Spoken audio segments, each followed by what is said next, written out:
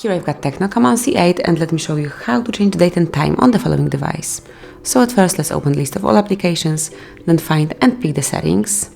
Then you have to scroll down a bit, locate and open date and time.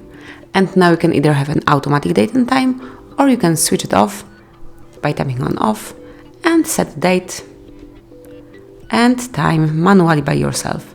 So it's up to you what date and time it currently is. You can also switch off automatic time zone and select the one that you would like to have here. So just pick the one that you want to apply and that's it. Finally, you can change the format of your clock, so it can be either 24-hour format clock or you can switch it off to 12-hour format clock. And then choose date format that you like most, so just select the one from the following options and I will pick this one.